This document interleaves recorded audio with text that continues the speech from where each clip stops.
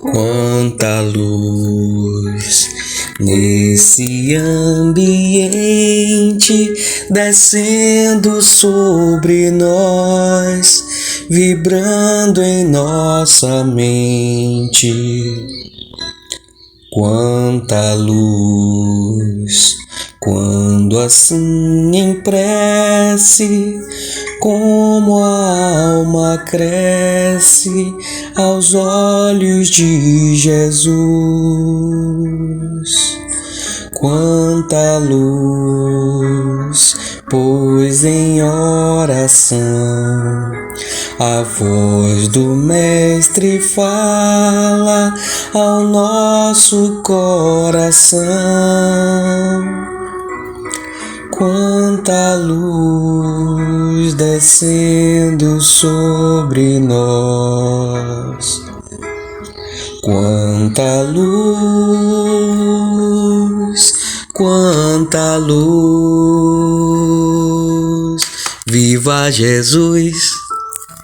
Bom dia, meu Pai amado, bom dia. Bom dia, irmãos de luz, que nos guiam, inspiram e protegem gentilmente todos os dias, com alegria, nos convidando a seguir esse exemplo de verdade, de bondade, de justiça, de igualdade, de fé e caridade.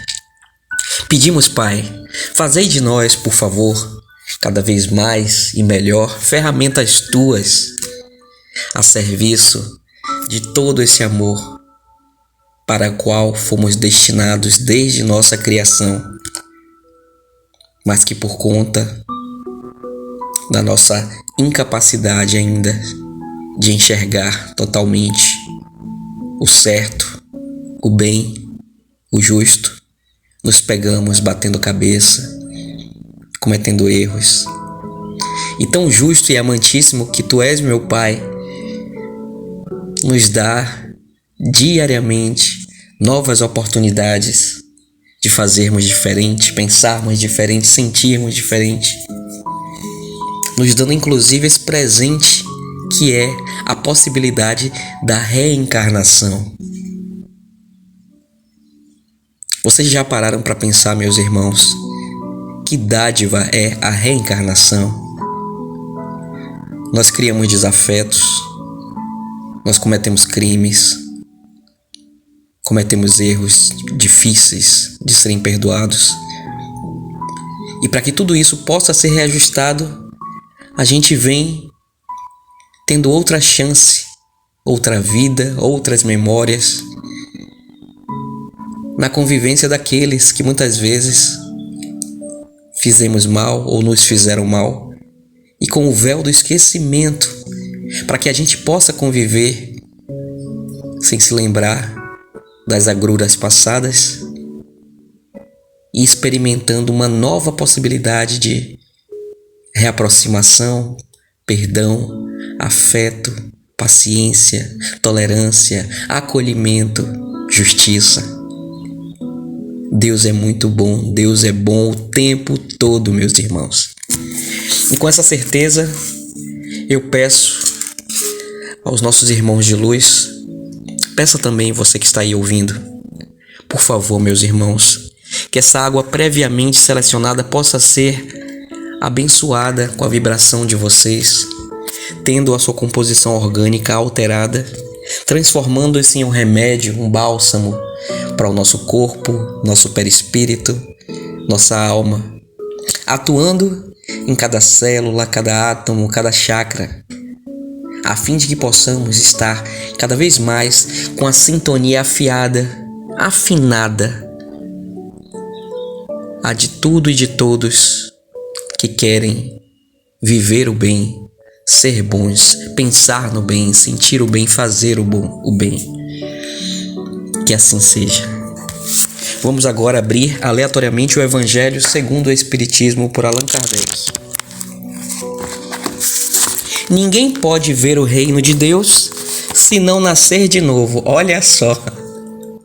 Comecei falando inspirado, na reencarnação. E vem agora esse título. Ninguém pode ver o reino de Deus se não nascer de novo. Ressurreição e reencarnação. A reencarnação fortalece os laços de família, enquanto que o princípio da existência única os desfaz. Vindo então Jesus para perto da cidade de Cesareia de Filipe, perguntou aos seus discípulos: "O que dizem os homens a meu respeito? Quem eles acham que eu sou?" E os discípulos responderam: "Uns dizem que o Senhor é João Batista, outros dizem que é Elias, e outros dizem ainda que é Jeremias ou algum dos profetas, Isaías, Ezequiel ou Daniel." Então Jesus perguntou aos seus discípulos: "E vocês, quem acham que eu sou?" Simão Pedro, tomando a palavra, respondeu: "O Senhor é o Cristo, Filho vivo de Deus." E Jesus disse: "Bem-aventurado é você, Simão Pedro, filho de Jonas, porque não foi a carne nem o sangue que lhe revelaram isso, mas sim meu Pai, que está nos céus." Mateus, capítulo 16, versículo 13 a 17, e Marcos, capítulo 8, versículos 27 a 29. A notícia de tudo o que Jesus fazia chegou até Herodes, o tetrarca, e ele ficou perplexo porque uns diziam: "É João Batista, que ressurgiu dos mortos." Outros diziam: "É Elias, que reapareceu." Outros diziam ainda: "É um dos antigos profetas que ressuscitou." Herodes então disse: "Eu mandei degolar João Batista. Quem é esse então, de quem ouço falar semelhantes coisas?" E procurou a ocasião para encontrar Jesus. Após a transfiguração, os discípulos perguntaram a Jesus: "Por que os escribas dizem que Elias veio primeiro?" E Jesus, esclarecendo, respondeu: "É certo que Elias voltará e restabelecerá todas as coisas, mas na verdade eu digo a vocês, Elias já voltou, reencarnado como João Batista, e os escribas não o reconheceram e fizeram com ele tudo quanto quiseram. É assim também que eu vou padecer em suas mãos." Os discípulos então compreenderam que era de João Batista que Jesus estava falando, ou seja, João Batista era Elias reencarnado. A reencarnação fazia parte dos dogmas judaicos, com o nome de ressurreição. Somente os saduceus, que pensavam que tudo acabava com a morte, não acreditavam na ressurreição. As ideias dos judeus sobre esse assunto e sobre vários outros ainda não eram muito claras. As noções sobre a alma e como ela se ligava ao corpo eram vagas e incompletas. Acreditavam que um homem que viveu poderia viver de novo sem entender bem de que modo isso poderia acontecer. Chamavam de ressurreição o que o Espiritismo mais apropriadamente chama de reencarnação. A ressurreição é o retorno à vida de um corpo que já está morto, o que a ciência demonstra ser materialmente impossível, uma vez que os elementos deste corpo já estão há muito tempo desintegrados na natureza. A reencarnação é o retorno do espírito à vida corporal, mas em outro corpo. Este outro corpo, que é formado pelos pais atuais, nada tem em comum com o corpo anterior, já desintegrado. A palavra ressurreição poderia ser aplicada a Lázaro, que entrou em estado de letargia, mas não a Elias e nem aos profetas, pois estes já haviam reencarnado. Os judeus possuíam a crença de que João Batista era Elias, mas o corpo de João não podia ser o de Elias. João tinha sido visto desde criança e todos sabiam quem era seu pai e sua mãe. João Batista, neste caso, poderia ser Elias reencarnado, mas não ressuscitado. Nessa passagem a gente esclarece aqui, com um evento, como que já se falava em reencarnação naqueles tempos.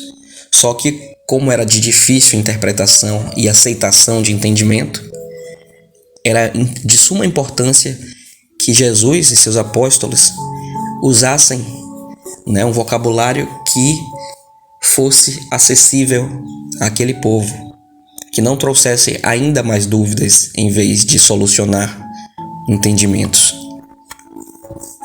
Hoje, tantos e tantos e tantos anos depois, nós já temos a oportunidade não só de de saber que existe reencarnação, mas de termos tantas notícias, informações, livros que falam do mundo de lá, do mundo real, né?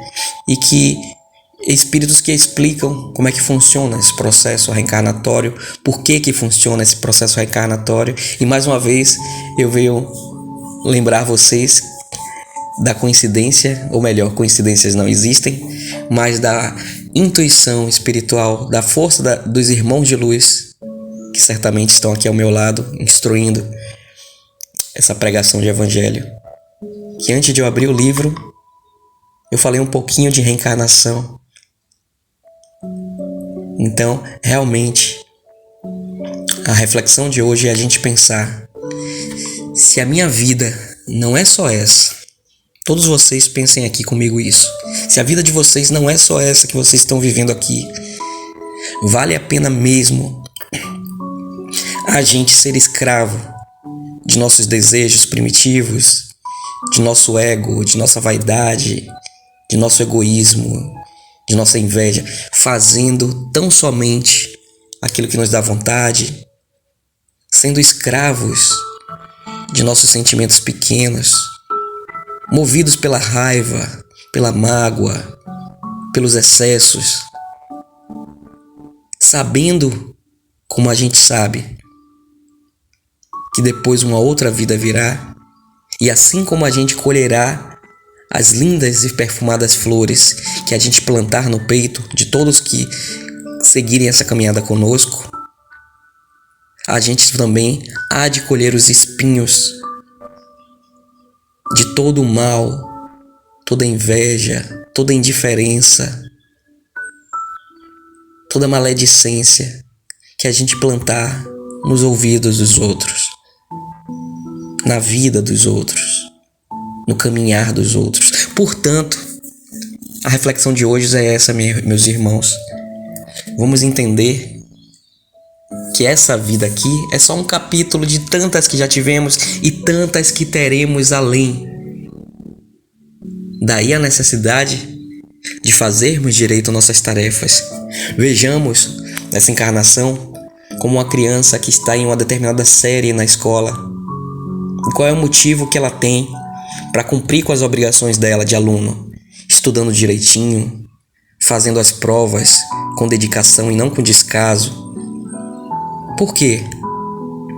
Para que se alcance boas notas, a fim de que no ano seguinte ela ainda consiga levar com ela boas memórias dos assuntos e matérias que teve na série passada, assim continuando a ser um bom aluno.